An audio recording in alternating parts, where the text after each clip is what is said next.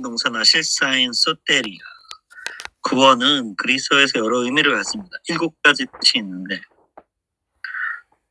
소제인은 구원하다는 우선 위협하는 위험으로부터 벗어나기를 의미합니다. 두 번째는 유지하다, 보호하다. 사물이 원래 상태를 유지할 수 있도록 보호해주는 상태. 세 번째는 여섯째 줄.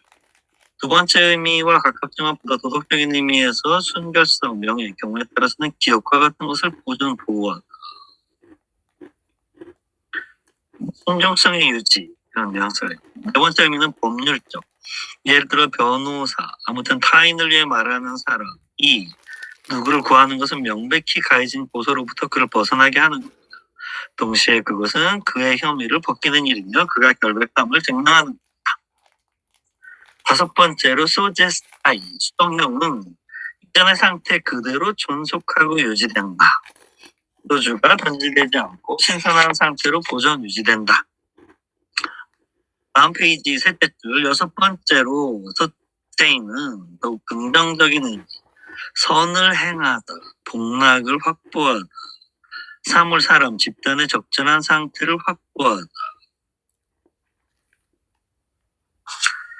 그리고 끝으로 같은 페이지 216페이지 밑에서 다섯째 줄, 끝으로 아주 중요한 법률 정책 표현이 라틴어 표현이 있는데 그것이 살루스 아우구스타, 아우구스투스의 구원. 이것이 의미하는 바는 아우구스투스가 로마 제국을 구했다는 의미가 아니라 그가 로마 제국 전체의 공동의 선과 복락의 원리라는 의미입니다. 따라서 그는 선의 원리입니다. 바로 이것이 동사 소테인과 실사 소테리아 주변에서 발견할 수 있는 다수의 의미입니다. 자, 이런 예비적 어원적 논의를 거쳐서 이 입각해 자기 자신을 구원하기 스스로의 소함의문은 의미의 측면에서 죽음으로부터 생명, 죽을 운명으로부터 불멸성, 악에서 선으로 실존을 변화시키게 해주는 사건의 극적인 속성에 상당한 어떤 것으로 환원될 수가 없습니다. 단순히 어떤 위험으로부터 벗어나는 것이 문제가 되는 게 아닙니다. 소테리아와 소체인은 훨씬 더 넓은 의미를 가지고 있습니다. 자기 자신을 구원하기는 위험으로부터 벗어나기, 신체의 감옥으로부터 벗어나기, 세계의 부패로부터 벗어나기와 같은 부정적 가치만을 단순히 갖는 게 아닙니다. 하고 싶은 말은 여기죠. 자기 자신을 구원하기는 긍정적인 가치를 갖습니다. 도시국가가 자신의 주변에 필요한 방어물 요새 성태를 설치하면서 스스로를 보호하듯이 페리볼론 테스 푸시케스 히나 소제타이, 영원히 보호되기 위한 울타리로서의 신체 관념을 기억하시죠? 마찬가지로 실제로 유사시 자기 방어를 할 수 있도록 적절히 무장했을 때 영혼은 자신을 구제한다. 어떤 사람이 자신을 보호한다고 말할 수 있습니다. 자기 자신을 구제하는 자는 경계 상태, 저항 상태의 모든 공격과 습격을 물리칠 수 있게 해주는 다제와 자기에 대한 절대적 지배력 행사의 상태에 있는 자입니다.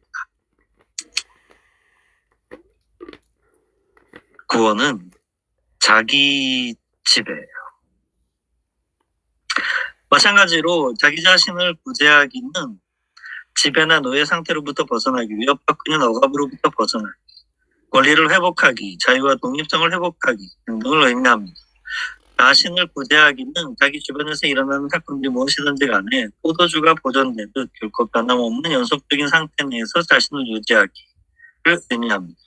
마지막으로 자기 자신을 구제하기는 애초에는 소유하지 못했던 선들에 접근하기, 자기가 스스로 만들어내고 또 자기 스스로가 그 실행자인 자비를 향유하기를 의미합니다. 자기를 구제하기가 의미하는 바는 자기 자신에게 행복, 평안, 평정을 확보하는 것입니다. 그런데 이 자기를 구제하기가 긍정적인 의미를 갖고 부정적인 것으로부터 긍정적인 것으로부터 변화하게 만들 수 있는 사건의 극적 속성을 연관되지 않는다고 하더라도 다른 한편으로 이 구원이라는 용어는 생활 이외에 다른 것을 지시하지 않습니다. 헬레니즘 시대와 로마 시대의 텍스트 안에서 발견되는 구원 개념에서 죽음이나 불멸성 또는 저승세계와 같은 것에 대한 탐조는 발견되지 않습니다. 극적인 사건이나 다른 실행자를 탐구하면서 자기 자신을 구제하는 게 아닙니다. 자기 자신을, 이게 하고 싶은 말인데, 자기 자신을 구제하기는 평생에 걸쳐 전개되며 그 유일한 실행자는 주체 자신입니다. 그리고 이 자기 구제 행위가 그 목표나 목적인 최종적인 결과에 이르게 된다면 그 결과는 이 구원을 통해 불행이나 동요 등 사고와 외부적 사건에 의해 영혼 내에서 초래될 수 있었던 모든 것들을 초연하게 된다는 점에 있습니다. 궁극적이었던 바, 구원의 대상에 도달한 순간부터 우리는 자기 자신 외에는 아무것도 필요하지 않게 됩니다. 아타락시아와 아우타르케이아, 동요의 부재, 그 무엇에도 동요하지 않게 만드는 닭이 돼요. 그러니까 아타락시아고 아우타르케이, 자기 외에는 아무것도 필요로 하지 않는 자조. 오늘 현대에서 거의 자율 같은 뉘앙스를 갖게 되죠. 같은 두 주요 테마는 구원, 평생 동안 수행된 구원 행위가 그 보생을 받게 되는 두 형식입니다. 따라서 구원은 행위입니다. 그것은 주체가 자기 자신에게 가하는 항구적 행위입니다. 그리고 이 구원 행위는 주체가 외부의 동요에 초연하게 되었습니다. 자기 자신 외에는 어떤 다른 것도 필요 없는 만족감을 자기 자신에게서 발견할 때 주체는 자기와의 관계 속에서 보상을 받게 됩니다. 한마디로 말해서 이 부분이 총정리예요. 구원은 자기로 폐쇄되는 세심하고 연속적이며 완수된 자기관계의 형체라고 말할 수 있습니다. 사람들은 자기 자신을 위해 자기를 구원하고 자기에 의해 자기를 구원합니다. 오직 자기에게 도달하기 위해 자기 자신을 구원합니다. 그래서 이게 카톨릭에도 이런 뉘앙스가 들어가게 됩니다. 제가 산티아고 길을 걸었는데 그 우연히도 스페인어를 하는 친구하고 같이 걸었어요. 근데 거기에 무슨 말이 써 있는데 그 유네스코 뭐 표지가 붙어있고 그 유네스코 세계 문화유산이잖아요. 근데 뭐가 써 있는데 제가 라틴어로 떠듬떠듬 읽는데 완벽하게 뭐 싹싹 해석은 못하니까. 근데 또 불어를 쓰니까 불어하고 라틴어로 대충 해석이 되는데 뭔가 중요한 말인 것 같아서 그 스페인 하는 친구한테 야 이거 무슨 뜻이야 이 문장? 그랬더니 그 친구가 깔끔하게 해석해줬죠. 천천히 걸어라. 네가 도달해야 할 목표는 너 자신.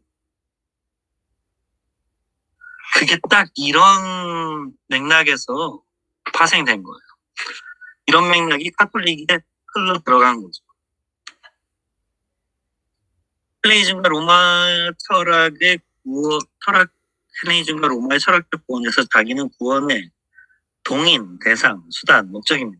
우리는 플라톤에게서 발견되는 도시국가에 의해 매개되는 구원으로부터 아주 멀어지게 됐고 또 기분법적 체계, 사건의 극적 특성, 절대적 타자와 관계에 의거하며 그리스도에 대해서는 자기 포기를 내포하는 종교적 구원과도 멀어지게 됐습니다. 구원에 의해 확보되는 것은 자기 접근이며 이 자기 접근은 아스완데 이게 글자로도 자기 접근 access to oneself. 이 자기 접근은 시간과 생애 내부에서 자기가 자기에게 가하는 작업과 분리 불가능합니다. 자, 여기서 강의를 잠시 중단합니다. 5분간 휴식합니다. 그리고 이제는 모든 일반적 논지들에도 불구하고 어떻게 자기 구원이 헬레니즘과 로마 사이에서 타인의 구원과 연결되어 있는지를 여러분에게 설명드리도록 하겠습니다. 그리고 5분 후 쉬고 후반부가 됐는데 여기서 질문을 누가 해요? 근데 이 질문 저는 이제 후쿠를 전공하니까 후쿠의 그 인터뷰나 모든 걸 모은 DJ 클이라고 하는 3,000페이지 넘어가는 책이 있는데 제가 후쿠의 모든 책을 9년을 요약을 했는데 8년을 다시 읽으면서 여기 지금 있는데 이렇게 카드를 만들었거든요. 그래서 후쿠의 무슨 단어, 자기, 배려 이런 단어를 찾으면 그게 제가 다 적어놓은 거죠. 그 맥락하고 몇 페이지, 어떤 책 몇 페이지에 있다. 근데 인터뷰들을 쭉 읽으면서 후쿠오카가 지겨워지지 않는 이유는 유럽 서양 학자들의 공통점인데, 유럽 학자들의 공통점인데, 중요한 이야기라고 해서 다른 데 가서 반복하지 않고 어디서든 한 얘기는 뭐 아예 문명이 바뀐다. 그럼 서양에서 했던 거 일본에 가서 조금 발표하긴 해요. 섞어서. 그런 경우는 거의 없고요. 매 학기 완전 새로운 강의를 하는. 그 중요한 거라고 해서 강조하지 않고요. 이것은 대단히 중요합니다라는 말만 하고 설명을 안 해줘. 그러니까 반복이 없어. 그러니까 퍼블리시 오브 페르시죠. 죽어라고 공부하지 않으면 안 되게 돼 있는데, 그거는 기본적으로 보편적 복지가 돼 있고, 그 사회에서 일주일에 강의 하나만 하면 되는 콜리지 프랑스 석학 교수니까 그게 가능하게 되는 거죠. 대학에서도 가능한데, 콜리지 프랑스는 정말 프레스티지. 그 위신이 대단한 학교죠. 뭐 궁극의 경제에 올라간 거죠. 사회적 행정의 측면에서. 근데 인터뷰를 읽는데 제가 깨달은 게 뭐냐면, 좋은 질문도 있지만 안 좋은 질문도 있거든요. 엄청난 인터뷰를 하니까. 그렇다고 해서 수준 이하의 질문들은 뭐 없어요. 근데 후쿠오카의 사상이 동시대적이고 어렵기 때문에 정확하게 이해하고 모든 사람이 질문하는 게 아니고, 우연히 좋은 질문하는 사람도 있고, 되게 복잡하게 그 오해에 기초한 질문이나 사실은 별로 생산적이지 못한 질문을 하는 경우가 있어요. 좋은 질문이라는 건 풍부한 논의가 흘러 나오는, 이게 문제의식을 리프레시 해주는 그런 질문일 텐데, 제가 깨달은 게 뭐냐면, 후쿠오의 글을 읽다 보면 안 좋은 질문이 나오면 그걸 자기가 후쿠오의 철학은 문제의 재설정이라고 한마디로 말할 수 있거든요. 이거는 문명을 재설정한 우리 모두가 하고 있는 거죠. 이게 들레즈가 영토화, 탈영토화, 재영토화라는 단어로 한국 되게 비슷한 말을 한 건데, 가장스먼, 대배치. 근데 별로 안 좋은 질문이 들어오면 후쿠오가 그 질문을 탁 바꿔서 생산적인 질문으로 바꿔서 대답을 해줘. 그래서 야, 진짜 훌륭하구나. 참 괜찮은 학자네. 저도 하여튼 명제가 학자니까 야, 이렇게 해야 되겠다. 그래서 그거를 정말 염두에 두고 그 질문을 약간만 바꾸면 유익한 질문이, 생산적인 질문이 될 수 있거든요. 그 사실 뭐 무례한 질문도 있고 그런 거야 뭐 어쩔 수 없지만 무례한 사람한테는 정당하게 대답하고 적당히 지나가야 되겠죠. 근데 그 별로 생산적이지 않은 질문을 항상 좋은 질문으로 바꿔요. 여기를 잠깐만 읽어보죠. 어디를 보시면 좋으냐면요. 121페이지. 자, 어떤 사람이 얘기를 하는 앞에서 이렇게 페이지라고요? 다시 한 번만 말씀해 주세요. 221페이지. 대화가 좀 꼬여가지고 이 사람이 좀 질문을, 사실은 이거 답정너 질문을 약간 한 거예요. 그래서 물어볼 필요도 없고 그냥 그 질문하신 분은 어떻게 생각하세요? 라고 하면 되는 질문에 더 가까운 건데, 그 중간에 이런 부분이 있어요. 221페이지의 택배. 예를 들면 당신은 이것이 진실이다. 이게 질문이에요. 또 이것은 동시에 진실이 아니다라고 말할 때 여기서 진실이 아니다는 나중에 가서 경제적인 기능을 하지 않습니까? 하니까 그 앞에 하고 이제 맥락이 있어서 정말을 하시려고 하는 거지. 사람들이 웃었어요. 이 사람이 좀 당황했겠죠? 그래서 말해진 바는 조금 전처럼 진실이 아니다라는 전제에서처럼 말해진 바와 아직 말해지지 않은 바, 혹은 영원히 말해지지 않을 바 사이의 일종의 간극을 야기시키는 락강적 개념의 함축적 기능이 있는 게 아닌가요? 라고 물었어. 무슨 얘기하는 건지는 이제 알겠는데, 후쿠오가 이렇게 대답을, 우리는 락강주의라고도 니체주의자라고도 말할 수 있습니다. 결국 놀이로서의, 게임으로서의 진실의 문제들은 그런 종류의 담론으로 귀결되죠. 말하자면 요즘, 그러니까 20세기에 진실에 대해 문제 제기를 하는 사람들이 그리 많지는 않습니다. 주체와 진실은 어떤 상황에 있는지에 대해 문제를 제기하는 사람들은 많지 않았습니다. 또 주체와 진실의 관계가 무엇인지, 진실의 주체가 무엇인지, 누구라고 묻지 않고 무엇이라고 물은 건 진실의 주체라는 용어를 사용하면 그것이 어떤 효과를 발생시키는가, 이 담론 효과, 실천 효과에 관심이 있는 거죠. 진실의 주체가 무엇인지, 진실을 말하는 주체가 무엇인지에 대해 문제를 제기하는 사람들이 많지 않았죠. 이런 질문을 던진 사람은 하이데거와 라칸 두 사람이었는데 이미 늦췄겠지만 나는 이 모든 문제를 라칸이 아니라 하이데거 편에서 하이데거 입각해서 성찰하려고 시도했습니다. 그러나 이런 종류의 문제들을 제기할 때 라칸과 만나지 않을 수는 없겠죠. 라고 깔끔하게 정리를 하는 거죠. 왜냐하면 라칸이 영향받은 사람이 뭐 프로이트도 있고 소시르도 있지만 헤겔과 코제보와 하이데거가 영향을 받잖아요.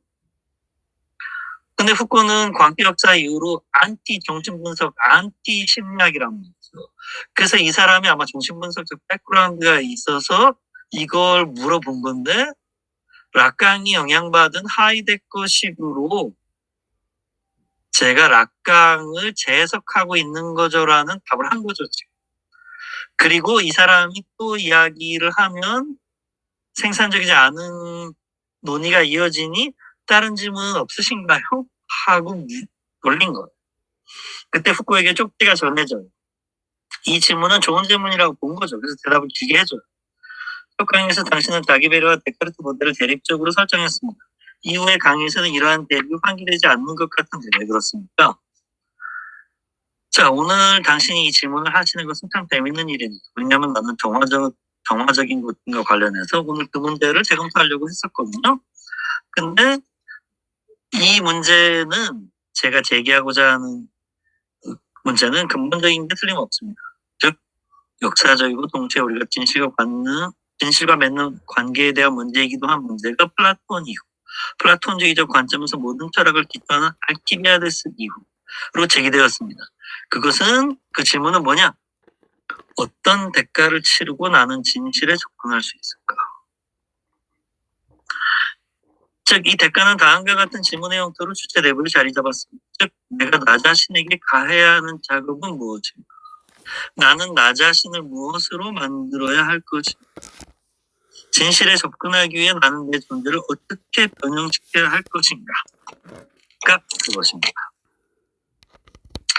이것이 내가 볼 때 플라톤주의의 근본적인 테마였고 피타고라스주의에서도 마찬가지였으며 고대 철학을 연구할 때 항상 수수께끼 같은 아리스토텔레스를 예외로 뺀다면 고대 철학의 근본적인 테마였던 것 같습니다.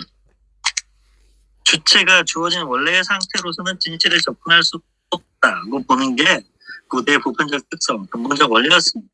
주체는 자기 자신으로 하여금 진실의 능력을 갖게 만드는 다수의 실천, 변형, 변모를 하지 않고서는 진실의 능력을 획득할 수 없습니다.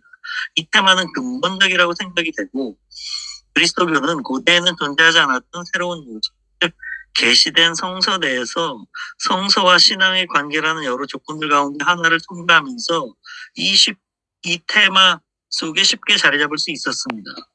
그리고 이것 말고도 진실에 접근하기 위해 유일하게 필요한 개종, conversion은 고대 철학 전반에서 발견됩니다. 자기의 존재 방식을 변화시키지 않고서는 진실에 접근할 수 없다는 말이죠.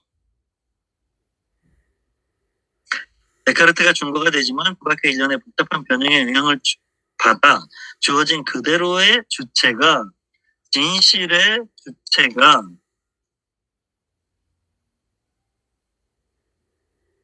주어진 그대로의 주체가 진실에 접근이 가능하게 된 시기가 데카르트 때문에 도래하게 됐다는 거죠.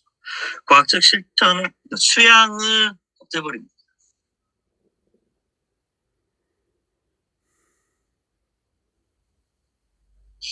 과학적 실천의 모델이 엄청난 역할을 한 것은 명백한 사실입니다. 예컨대 진실의 능력을 갖기 위해서 눈을 뜨고 정직하게 굳게 쫓아나는 것으로 충분하며 자명성의 선을 결코 놓지 않고 꽉 쥐는 것으로 독합니다. 따라서 변형되어야 하는 것은 이제 더 이상 주체가 아닙니다. 인식 내에서 자신의 고유한 구조에 의해 열린 진실 접근을 위해 주체는 있는 그대로만으로도 충분합니다. 데카르트에게는 이런 점이 분명히 있는 것 같습니다. 그리고 우리가 인식하지 못하는 바는 인식 주체의 구조 자체를 만들어내며, 그래서 우리는 그것을 인식할 수 없다는 부가적인 나선의 회전이 칸트에게 있습니다. 이게 말과 사물에 나오는 랭팡스의 unthinkable, 생각할 수 없는 것이 the unthinkable인데, the unthinkable이 the thinkable의 가능 조건이라는 거죠. 내가 무엇인가를 생각할 수 있다는 건 생각할 수 없는 것이, 이게 이제 소시르의 랑고와 파로, 잠재와 현실을 활용한 거죠. 생각할 수 없는 것과 생각할 수 있는 것은 동시적 상관적으로만 함께 탄생하는 거죠. 그러니까 데카르트가 이렇게 보면서 그렇지 않은 것은 못 보게 됐듯이, 후쿠가 이 방식으로 작업 가설을 설정하면서 이 가설이 아닌 다른 가설은 못 보게 된 거죠. 가령 서양 사람이 아닌 우리가, 사실은 제가 이 이론을 보면 후쿠는 어떤 경우에도 서양 문화, 서양적 합리성의 조건과 한계 바깥으로 못 나가고 있거든요. 그렇기 때문에만 이러한 논의를 펼칠 수 있는 거죠. 저도 마찬가지죠. 결과적으로 당분간은 접근이 불가능하지만 결국에는 그로 하여금 무엇인가 접근 가능하게 해주는 주체의 영적인 변형의 관념은 이제 데카르트의 몽상적이고 역설적이 되어버립니다. 인실에 접근하기 위한 영적인 조건의 소거는 데카르트, 칸트와 더불어 행해집니다. 데카르트와 칸트는 이 소거의 중대한 두 순간입니다. 그 전에는 거울 모델, 내가 어떻게 세상을 올바로 비출 것인가를 마음의 기본 모델로 봤는데, 그러면 거울이 휘어지지 않고 더럽지 말아야 되니까 깨끗이 닦아야 되니까 내가 나를 수양하는 수행이 강조되는데, 칸트가 구성 모델, 그러니까 컴퓨터 모델처럼 만들어내니까 여기선 수양이 더 이상 필요 없는데, 칸트가 그런 수양이 더 이상 필요 없는 구성 모델을 만들어낼 수 있는 건 데카르트가 게임의 규칙을 바꿔놨기 때문에. 라고 지금 말하는 거죠. 그러니까 이 사람이 질문을 계속해요. 제가 좀 놀랍게 생각하는 것은 데카르트 이전에 아리스토텔레스의 일시적인 출현밖에 없었다는 느낌이 듭니다. 하지만 일종의 연속성이 존재한다는 생각이 드는데요. 맞습니다. 아리스토텔레스가 있었죠. 아마 톡방에서 저는 신학에 대한 문제를 언급했던 것 같습니다. 신학은 주체, 합리적 주체의 자격으로, 또 오로지 합리적 주체의 자격으로, 신학은 주체가 영성의 조건 없이도 신의 진실에 접근할 수 있게 해주는 합리적 구조를 갖는 일정한 유형의 인식입니다. 신학을 신앙과 구분하는 것 같아요, 지금. 후쿠의 이 용법상에서는. 다음으로는 여러 경험과 관탈 철학이 있었습니다. 그다음에 재수학이 있었고 변화된 수많은 절차들이 있었습니다. 다시 말해서 일반적으로 이미 스콜라 철학, 톰 아구스티누스 등은 고대 철학 전반과 기독교 사상 전반에 놓여있던 영성의 조건을 제거하기 위한 노력이었습니다. 제가 의미하는 바를 이해하실 수 있나요? 그러니까 그리스도교는 믿음의 세계인데 거기에 합리성의 세계를 플라톤, 교부 철학, 아구스티누스가, 그런 말이죠. 화이트헤드가 서양 철학은 플라톤의 철학에 대한 각주 역사다라고 했는데, 현대 신학자가 이런 말을 했죠. 그리스도교 신학은 아우구스티누스 신학에 대한 각주 역사다. 근데 지금 아우구스티누스가 신학을 설정하면서 신앙과는 다른 어떤 길을 열었다는 식으로 지금 신앙과 신학을 약간 대립 혹은 대조되는 거로 후쿠가 보는 거죠. 그러니까 좋은 신학자가 좋은 신앙인일 수도 있지만 반드시 겹치는 않는다는 걸 생각해보면 후쿠가 하는 말이 무슨 말인지 쉽게 이해할 수 있어요. 그러니까 옛날 철학은 좋은 철학자는 반드시 삶을 잘 사는 사람일 수밖에 없었어요. 소크라테스의 정의에 의해서. 삶을 잘 살지 못하는 사람은 좋은 철학자도 아니에요. 근데 데카르트 이후로는 좋은 철학자나 좋은 과학자는 삶을 잘 살고 못 살고 하고 아무 상관이 없어요. 게임의 규칙을 바꾼 거죠. 좋다 나쁘다를 떠나서. 후코는 이게 서양 근대 과학적 합리성의 근본 조건을 데카르트와 칸트가 세팅했다고 보고 이걸 다시 쓰려고 지금 하는 거죠. 자, 그래서 역사 속에서 데카르트의 순간은 당신이 말하는 진실의 두 체제를 분리시켰는데 전자의 경우에는 주체의 변형을 요구하고 이게 우리가 그냥 생각하는 영성이고 후자의 경우에는 주체가 있는 그대로 홀로 그 자체로 진실에 접근 가능하다. 이건 합리성의 영역처럼 보이는데 후코는 그렇게 안 보는 거죠. 이 두 경우에 있어서 동일한 주체가 문제가 되나요? 다시 말해서 순전히 인식에 속하는 진실. 그리고 주체 자신에게 작업을 유발시키는 진실은 동일한 진실에 속하나요? 그러니까 이 사람이 이거 되게 좋은 질문을 한 거예요. 이 질문을 물어봐야 되거든요. 후코는 뭐 모든 걸 다 말할 수는 없고 누가 이렇게 물어볼 때 후코가 무의식적으로 가정하고 있던 걸 이런 맥락에서 지금 이 얘기를 했구나 라는 걸 깨달을 수가 있게 되죠. 전혀 그렇지 않습니다. 존재했던 모든 변형들 가운데 진리에 접근하기 위한 영성의 조건이라고 내가 명명한 그 관련된 변형이 있었기 때문에 당신은 전적으로 옳습니다. 전적으로 옳다고 했구나. 그 두 가지 그러니까 진실의 성질 자체가 달라요. 주체만 달라진 게. 둘째로 고유한 규칙과 기준을 갖는 인식의 형식을 취하는 진실 접근 개념 자체의 변형이 있습니다. 끝으로 진실 개념 자체의 변형이 있습니다. 아주 대략적으로 이해해 본다면 진실의 에피스테메가 달라진다는 고고학적 지칭, 주체가 달라진 것이. 그러니까 주체와 진실은 묶여있기 때문에 주체의 고고학적 지칭이 달라질 때 진실의 고고학적 지칭도 달라지는 거죠. 그러니까 유교의 수양 개념을 진실하게 믿었던 1800년의 어떤 유학자와 오늘날 유교를 연구하는 2024년의 어떤 학자는 동일한 인식의 패러다임에 있지가 않죠. 동일한 진리 개념, 동일한 주체 개념을 갖고 있지 않고. 그러니까 진실 개념도 변했고 주체 개념도 변했고 사실은 모든 게 다 변화했죠. 아주 대략적으로 이해해 본다면 진실에 접근한다는 것은 자기 존재 자체에 접근한다는 것이고 접근하는 존재 자체에 거기에 접근하는 자의 변형을 동시에 이건 카운터 액션으로 봐야 되는데 역작용이라기보다는 대립작용으로 동시에 발생시키는 동인이 되는 겁니다. 바로 이것이 플라톤의 원이고 신플라톤주의의 원, 순환이란 말이죠. 요건데 내 자신을 인식함으로써 나는 진실이라는 존재에 접근하고 그 진실은 나의 현 존재를 변형시켜 나를 신과 동일시합니다. 오모이오시스 토테오 신성과의 동일시가 거기 있습니다. 후코의 철학은 한마디로 트랜스포메이션, 변형의 철학. Historical formation of the self. 자기의 역사적 형성 과정을 왜 연구하냐? 트랜스포메이션 오브 더 셀프를 위해서.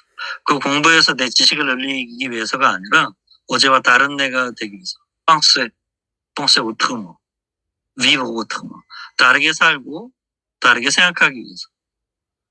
그러니까 예를 들면 후코가 얘기하는 건 이런 거예요. 이 수업을 듣고 내 삶에 변화 없이 이 수업의 지식을 내가 내 머릿속에 차곡차곡 저장소에 쌓아놓는 게 아니라 이 개념에 의해서 나의 진실 개념, 주체 개념, 학문 개념 자체가 변형되는 거죠. 그 변형에 의해서 진실 개념이 또 변화하고 그 변형된 진실 개념이 나를 변형시키고. 그래서 후코는 트랜스포메이션의 철학자. 그래서 제가 농담으로 그렇게 얘기해요. 후코가 트랜스포머다. 영화 트랜스포머. 그러니까 후코는 완벽한 해방이라는 건 있을 수가 없기 때문에 변형만 있다는 거죠. 해방이 아니라 변형. 리베라시옹이 아니라 트랜스포마시옹입니다. 너무 좋은 질문을 해서 이런 게 끌려 나온 거죠. 무슨 말인지 아시겠죠? 반면에 데카르트적 인식은 진실 접근으로 정의될 수가 없고 그것은 대상 영역의 인식입니다. 대상에 대한 인식 개념이 진실 접근 개념을 대체합니다. 나는 철학이 무엇이며 또 동체의 진실이 무엇이고 또 동체의 주체와 진실의 관계가 무엇인지를 알기 위해 본질적이라고 생각되는 엄청난 변형을 진실 접근 개념에 일치시킵니다. 근데 나는 지금 미셸 푸코를 얘기하는 변형.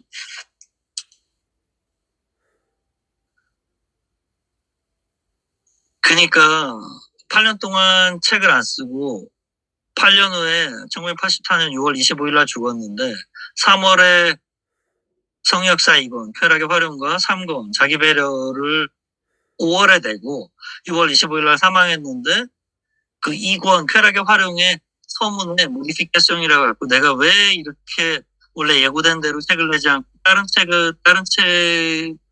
체제의 책을 냈는가 라는 걸 설명하는 서문 같은 게 붙어 있어요. 거기서 이런 말을 한다면 주체가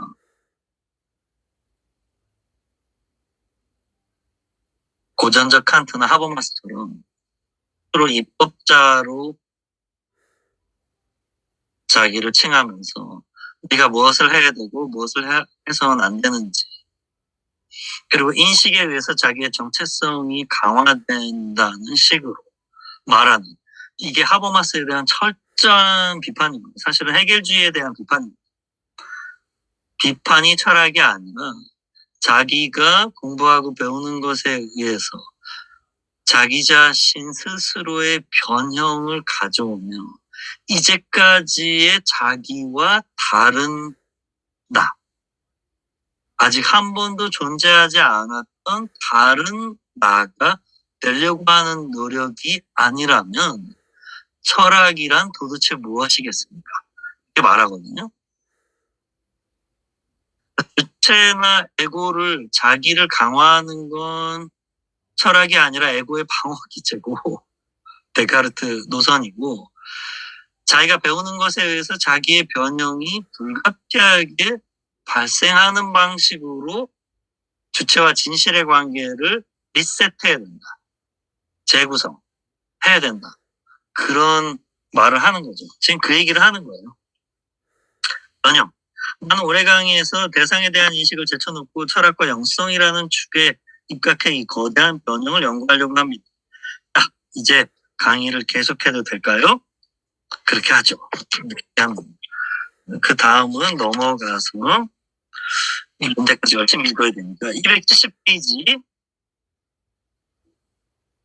에토스 개념. 에토스가 원래 품성인데 자기와의 관계란 말이에요. 에토스와 테크네 개념에 대한 이야기를 해요. 근데 여기도 엄청 복잡해서 간단하게 중요한 부분만 읽어보도록 하죠. 270페이지 둘째 줄. 우리는 여기서 다른 철학 학파들에게도 재발견되는 지식과 진리에 관한 윤리. 네, 니코마코스 윤리학에서 아리스토텔레스가 얘기했듯이 윤리라고 일본 사람들이 번역한 건 동아리의 이치가 아니라 자기 자신과의 관계라고 아리스토텔레스가 니코마코스 윤리학에서 명백히 얘기하고 있거든요. 바로 그 뜻을 얘기합니다. 진리에 관한, 그래서 저는 자기 형성이라고 자기 관계. 자기 형성의 일반적 특질인 바에 관한 가장 명확하고도 분명한 특징과 하나를 발견합니다.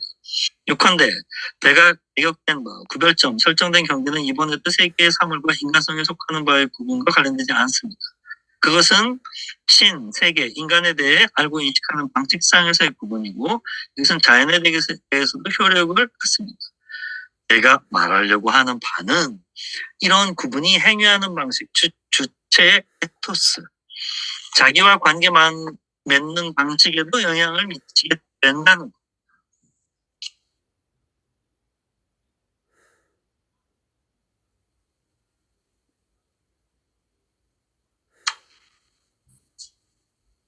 자, 그래서 272페이지에 보면 셋째 줄, 여덟째 줄에 파이데이아, 교양, 교육 이런 얘기를 하고 있죠. 그리고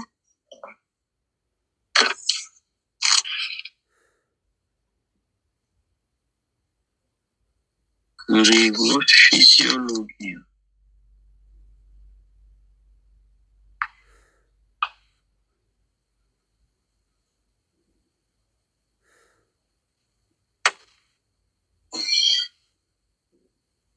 (277페이지를) 보세요.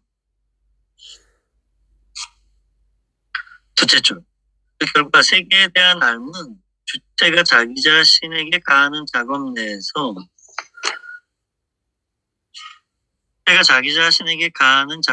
주체에 의한 자기 변형에 관여적이고 실제적이며 유효한 것이 된다.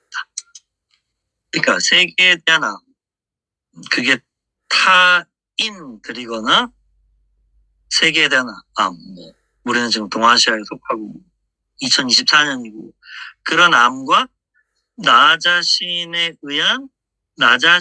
인식과 실천에 의해서 나의 변형이 동시적 상관적으로 맞물려 있다. 이런 얘기를 하는 거죠. 바로 그렇기 때문에, 그러니까 대상화와 주체화가 분리가 불가능합니다. 바로 그렇기 때문에 사물에 대한 암과 자기 자신에 대한 알의 대립이 에피쿠로스주의자들과 원유주의자들에게는 자연에 대한 암과 인간 존재에 대한 알의 대립으로 결코 해석될 수가 없습니다. 왜냐하면 동시적 상관적으로 묶여 있으니까. 이들이 설정한 대립과 그들이 행한 여러 지식의 자격 박탈은 단순히 이 알의 양태에 근거하고 있습니다. 현재나 그 제자에게 요청되는 바와 또 그들에게 유효하고 수용 가능한 알이 근거해야 하는 것. 그것은 자기 자신의 근거한 알이 아니며 영혼이나 자기를 알의 대상으로 삼는 지식이 아닙니다. 그럼 뭐냐? 그것은 사물과 세계 그리고 신과 인간의 근거한 알미지만 주체의 존재를 변화시키는 효과와 기능을 담당하는 알미입니다. 이게 사실은 속류 버전으로 쉽게 얘기하면 에릭 프롬이 소유냐 존재에서 얘기하는 존재 양식이에요. 그래서 저 같은 경우는 학문을 이렇게 정의하죠. 내가 배우는 암과 내 현실 사이의 차이가 불가피하게 있을 수밖에 없고 영원히 발생하는데 그 차이를 오늘 내가 나의 관점에서 계속 0점 조정을 하는 일, 이 공부라고 불리는 것이겠죠. 이 진실 혹은 진리가 주체에게 충격을 줘야 할 필요가 있습니다. 주체가 참된 담론의 대상이 되는 것이 문제가 아닙니다. 바로 이 점이 두드러진 차이점입니다. 바로 이 점을 파악할 필요가 있고 또 고대의 자기 실천과 이것이 자기 자연과 세계에 대한 암과 연결되는 방식상에서 이후 등장하게 될 식의 자기 해독 및 주체의 자기 해석과 같은 것들이 결코 등장할 수 없었던 이유는 바로 여기 있습니다. 그러니까 현대 과학자가 세계에 대한 엄청난 인식을 얻었다고 해도 그 인식이 어떤 과학자에게는 그 과학자의 인식을 변형시키겠지만 어떤 과학자에게는 변형이 안 일어난다는 거죠. 왜냐하면 대상화와 관련되는 지식, 알의 문제와 주체 변형의 문제를 데카르트가 분리시켰기 때문에. 그러니까 아까 그거죠. 소크라테스에게는 좋은 철학자면서 인생을 잘 살지 못한 사람이란 있을 수 없는데 현대 철학이나 과학자에게는 합리적으로 과학적 노벨상을 타면서 삶은 엉망진창일 수도 있겠죠. 그게 필연적으로 연결이 안 되죠. 사실은 필연적으로 연결이 안 돼 있기 때문에 데카르트를 고대 중세적 사고방식으로부터 해방시켰다고 여태까지 말했는데 후코는 그런 건 아주 없는 건 아니지만 자기가 지금 말하는 것처럼 볼 수도 있어 라는 얘기를 하는 거죠. 좀 부정적으로 분명히 보는 건 틀림없어요. 그 다음은 한참 뛰어 넘어가서 주체와 영성 346.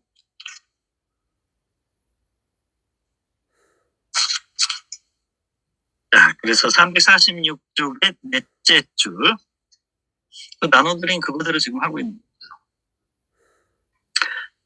넷째 줄, 주체의 영적인 방식화야말로 세계에 대한 인식과 주체의 관계가 어떤 상황에 있느냐라는 일반적인 물음에 대한 답변입니다. 제가 이 강의 시리즈를 통해서 보여주고자 한 바가 바로 이겁니다. 이제 우리 자신의 범주와 문제들과 관련한 동일한 실마리 풀기와 해방을 아스케시스, 금욕, 절제에 적용해 봅시다. 우리가 실천의 실선에서 무엇을 해야 하는가만이 아니라 나 자신을 무엇으로 만들어내야 하는가를 포함한 우리의 실천의 실선에서 주체 문제를 제기하면 지극히 본능적으로 자연적으로가 아니라 우리를 무겁게 누르는 필연성을 수반하는 지극히 역사적으로라는 뜻을 의미하려고 합니다. 그러니까 후쿠는 세상에 자연적인 게 전혀 없고 초월적 선험적인 게 전혀 없고, 그러니까 후쿠는 스피노자를 따라서 들레즈처럼 이런 논쟁을 하는 거예요. 인간과 자연적인 것을 가르는 기준은 절대 자연적일 수가 없고 인위적으로 구성될 수밖에 없다는 거예요. 뭐가 인간적이고 뭐가 인간적이지 않은지, 뭐가 자연이고 뭐부터 자연이 아닌지, 인위적인지, 내추럴과 아티피셜의 차이는, 그 기준은 어떤 경우에도 내추럴할 수가 없고 오직 아티피셜하고, 고대 철학자들은 아티피셜한 디바이스, 고안물이 내추럴한 오더다, 신의 섭리다라고 얘기했는데 헛소리다라는 말을 하는 거죠. 그러니까 이성에는 자연스럽고 동성에는 비정상이다라는 거, 그거 인위적 고안물이라는 거죠. 그런 말을 하는 거예요. 이게 성의 역사, 섹슈얼리티 역사에서 후쿠가 제기하는 거죠. 76년에 성의 역사 1번에서. 세상은 어떠한가, 또 자기 자신을 무엇으로 만들어야 할 것인가라는 물음을 법에 입각해, 다시 말해서 주체는 무엇 때문에, 어떤 범위 내에서, 어떤 토대에 입각해, 어떤 한도까지 법에 복종해야 하는지를 제기하는 것이 자명한 것으로 생각합니다. 그러나 그리스, 헬레니즘, 로마의 자기 수양에서 실천과 관련된 주체의 문제는 법의 조건과는 완전히 다른 것으로 귀결됩니다. 그런데 그 문제는 다음과 같습니다.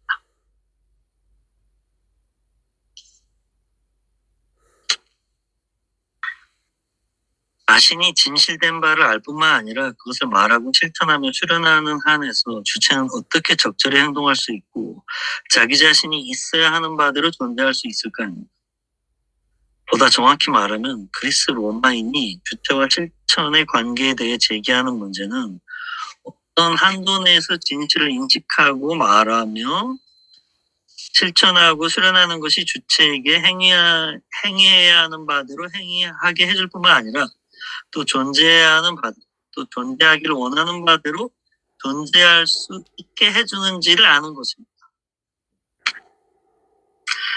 적으로 말하면 우리 근대인들, 현대인들, 그리고 뉴 모더닝, 우리 현대인들이 이 문제를 인식의 장에서 가능하거나 불가능한 주체의 대상화를 이해하는 반면 그리스, 헬레니즘, 로마 시대의 고대인들은 주체의 영적인 경험으로 세계에 대한 알을 구축하기로 바라봅니다.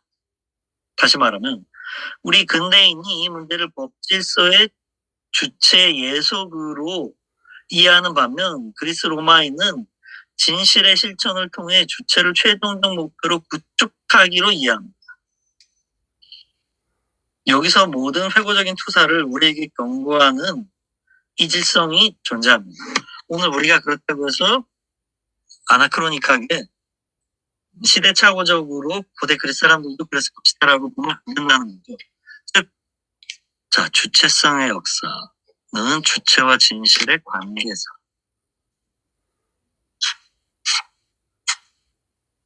주체성의 역사를 연구하려는 사람은 지식의 영화, spiritualization, 영성화와 주체에 의한 진리의 실천으로 규정되는 주체성의 장치에서 오늘날 우리의 것이며 주체 자신에 의한 인식의 문제와 법에 의해 복종이라는 문제에 의해 지배되는 또 다른 주체성 장치. 주체성 장치가 두 개 나왔는데, 그래서 한마디로 근대론. 이르는 아주 길고도 완만한 변형을 재발견하려고 시도해야 한다고 말할 수 있습니다. 이 문제를, 즉 법의 복종, 주체 자신에 의한 인식 가운데 그 어떤 것도 이 근대적 문제 제기 방식은 고대의 사유와 수양 내에 등장하지도 않았고 근본적이지도 않았습니다. 고대에는 지식의 영화와 진리의 실천과 훈련이 문제였습니다. 바로 이런 관점에서 아스케시스에 접근할 필요가 있다고 생각하며 바로 이것을 이번 강의와 다음번 강의에서 연구해 보고자 합니다. 그 다음은 10분 남았으니까 저는 이 부분이 너무 흥미로운데 글쓰기 385페이지 글쓰기 수업을 한단 말이죠. 휴폰네마타라는 건데 이게 너무 재밌어요. 385쪽 두째 줄. 자, 독서가 이처럼 훈련으로 여겨지고 명상을 위한 독서밖에 존재하지 않는다면 이 독서는 즉각적으로 글쓰기와 연결된다는 것을 쉽게 이해할 수 있습니다. 그리고 이것은 내가 논의하는 이 시대에 아주 중요한 문화사회적 현상입니다. 그런데 이 시대의 개인적이고 사적인 글쓰기는 대단히 중요한 자리를 차지하고 있었습니다.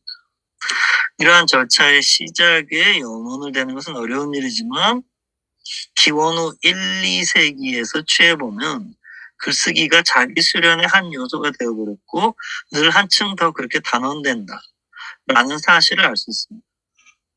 역시 훈련이며 명상의 요소인 글쓰기에 의해 독서는 연장되고 자신을 대강화, 재활성화합니다. 세네카는 독서와 글쓰기를 번갈아 사용해야 된다고 말했습니다. 이거는 세네카의 84번째 서신에 있는데 즉 항시 쓰기만 하거나 항상 읽기만 해서는 안 됩니다. 글쓰기를 부단히 하게 되면 결국 에너지를 고갈시키게 되고 독서만 하게 되면 에너지를 감소시키고 희석시킵니다. 글쓰기를 통해 독서를 완화하고 독서를 통해 글쓰기를 완화시켜서 쓰인 글은 독서가 수집한 바를 자료체, 코르푸스로 변화시켜야 합니다. 독서는 오라토네스와 로고, 담론과 담론의 요소들을 취합니다. 말과 담론과 담론의 요소. 그리고 그것을 자료체로 만들어야 합니다. 이 자료체는 그것을 구축하고 확보하게 될 글쓰기입니다. 그리고 생활의 정원과 자기 실천의 규칙 내에서 글쓰기의 의무와 조언을 계속해서 재발견하게 됩니다. 예를 들어 에픽테토스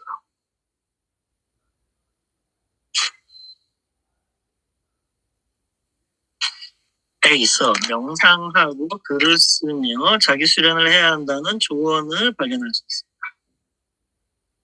멜레타는 독서하는 텍스트의 지지를 받는 사이의 훈련이고 그라페인은 글쓰기이며 굽나제이는 실제로 단련하다 실현과 실제적 시험을 받아들이는 시도를 하는 것을 의미합니다. 아니면 더 나아가 죽음에 대한 명상을 쓰고 난 후에 에픽테토스는 이 문장들을 사유하고 쓰며 읽고 있는 나를 죽음이 사로잡기를 바란다고 말하면서 결론을 내립니다. 따라서 글쓰기는 가능하고 동시적인 두 용례를 갖는 장점을 지닌 훈련의 한 요소입니다. 말하자면 글쓰기는 자기 자신을 위해 두 용례를 갖습니다. 왜냐? 글을 쓴다는 사실만으로 인간은 바로 자신이 생각하는 바를 자기와 동일시하기 때문입니다. 인간은 그것이 자신의 영혼과 육체에 이식되도록 조력하고 그것이 일종의 습관이나 잠재성이 되도록 노력합니다. 제가 그 번역한 미셸 푸코의 대담집 상당한 위험에 보면 글쓰기를 죽음과 연관시켜서 말한다는 거죠. 이제 미셸 푸코 미발표 선집들이 있어요. 그 선집들이 나왔는데 그거를 그린베이에서 제가 하나는 문학에 관한 건데 거대한 낯선이고 또 하나는 글쓰기 그러니까 문학에 대한 거는 거대한 낯선이고 글쓰기에 대한 게 상당한 의미. 근데 이 둘 다 읽어보면 이게 60년대 67년 8년 그건 이제 강연이나 라디오 뭐 이런 걸 모은 거고 상당한 위험은 누구하고 대담을 한 거예요. 글쓰기에 대해서.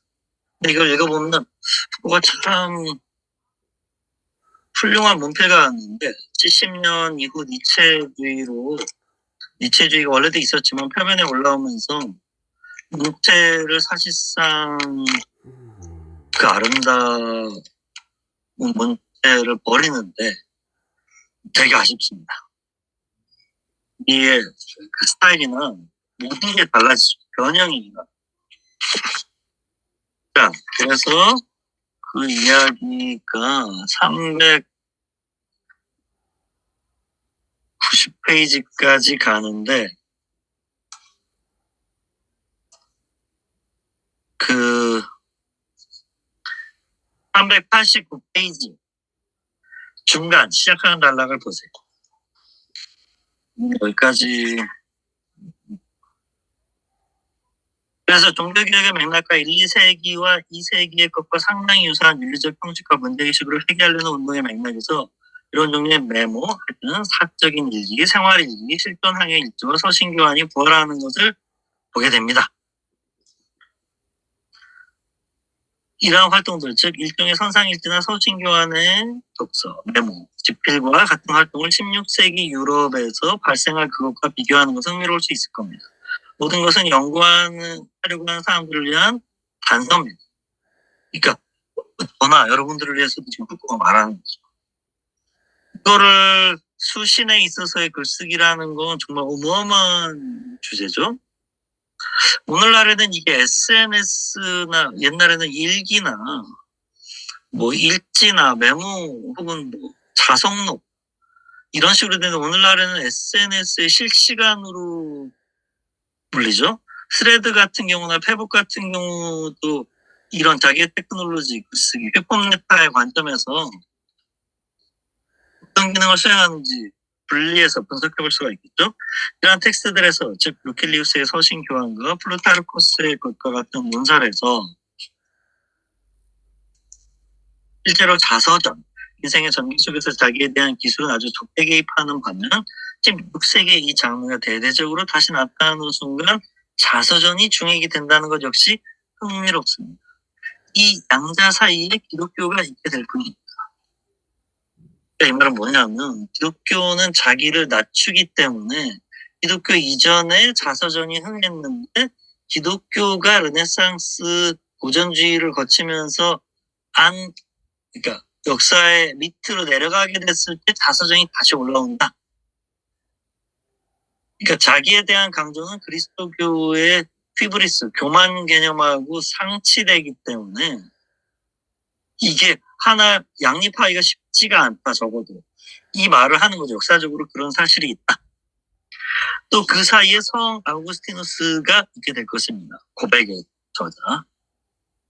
고백의 저자인 성 아우구스티누스로부터 18세기의 고백의 저자인 루소까지 두 고백 사이에 일어난 일을 지금 말하는 걸로 또 볼 수 있겠다. 그리고 주체와 진실의 관계가 어떻게 진실 말하기의 주체가 될 것인가라는 목표에 단순히 명령되는 게 아니라 자기 자신에 대한 진실을 어떻게 말할 수 있을까? 라는 체제로 넘어가게 됩니다. 이 주제와 관련한 간단한 스케치가 이것입니다. 따라서 듣기, 읽기, 그리고 쓰기가 있습니다. 그래서 이게 좀만 더 읽죠. 390페이지 셋째 줄. 그러나 오늘 내가 강조하고자 하는 바는 기독교 영성 내에서 상이한 규칙, 방식, 그리고 상이한 제도적 근간을 수반하는 스승의 담론이 있지만 내가 하려고 하는 분석에 중요하고도 주목할 만한 바는 피지도자. 지도자 담론이 아니라 피지도자. 그 특징적인 문제 제기 방식이죠. 진실과 구원으로 인도되어야 하는 자, 결과적으로 아직도 무지와 타락의 차원에 있는 자가 여하튼 무엇인가 해야 할 말이 있다는 사실입니다. 피지도자는 무엇인가를 말해야 하고 일정한 특정한 진실을 말해야 합니다. 의무죠. 진실로 인도되는 자, 어떤 타자가 진실로 인도돼야 하는 이 사람이 말해야 하는 이 진실. 즉 피지도자가 말해야 하는 이 진실은 뭘까? 자기 자신의 진실입니다. 이게 제가 강독하려고 하는 이 여기서 나온 거죠. 자기 자신에 대한 진실 말하기의 의무. 자기 자신에 관한 진실 말하기의 의무가 구원의 필요 불가결한 절차 내에 기입된 순간 주체 자신에 의해 주체 구축 및 변형의 기술 내에 기입되었을 때 교화 목사 제도의 내부에 각인되어 버린 순간 이 모든 것은 서구, 그냥 우리하고는 다르니까 서구 주체성의 역사에서나 주체와 진실 간의 관계의 역사에서 절대적으로 중요한 한순간을 구축한다고 생각됩니다. 물론 그것은 정확하고 특수한 시기가 아니라 사실상의 분절, 갈등, 완만한 변화와 침전을 수반하는 복합적인 절차입니다. 하지만 우리가 여기서 약간 그 부분은 역사적 시선을 취하게 되면 자기 자신의 진실을 말하는 것이 구원의 조건이 되어버렸고 주체가 자신과 맺는 관계에서 근본적 원칙이 또한 되어버렸습니다. 자신의 진실을 말하는 것이 개인이 공동체에 속하기에 필요한 것이 되어버린 이 순간을 중요한 결과를 갖는 사건으로 간주해야 한다고 나는 말하자면 이 순간은 적어도 1년에 한 번 정도 고해성사 거부가 파문의 원인이 되었던 순간입니다. 프랑스는 1600년대 카톨릭을 한 지역이니까 카톨릭의 고해성사가 12세기에 의무화가 되는데 그 사제만 죄사함을 그 권능을 위임받아서 권한을 수행할 수가 있게 되는데 그래서 이게 성역사 마지막에 나오는 그 유명한 구절을 말하는 거고 서구에서 인간은 고백하는 동물이 되었다. 그래서 이 고백의 테크놀로지가 주체화, 시브젝티바시옹의 테크놀로지인 동시에 아수이제티스모, 주체 예속의 테크놀로지라. 그래서 주체 해방과 해방을 말한다고 말해지는 고백이 사실은 예속적 실천도 동시에 수행하는 이 이중구속을 후쿠오가 말하고 싶은 거죠. 그 얘기는 또 완전 다른 얘기로 넘어갑니다. 파르에시안. 그런 이야기는 다음 시간에 하도록 하죠. 다음 시간은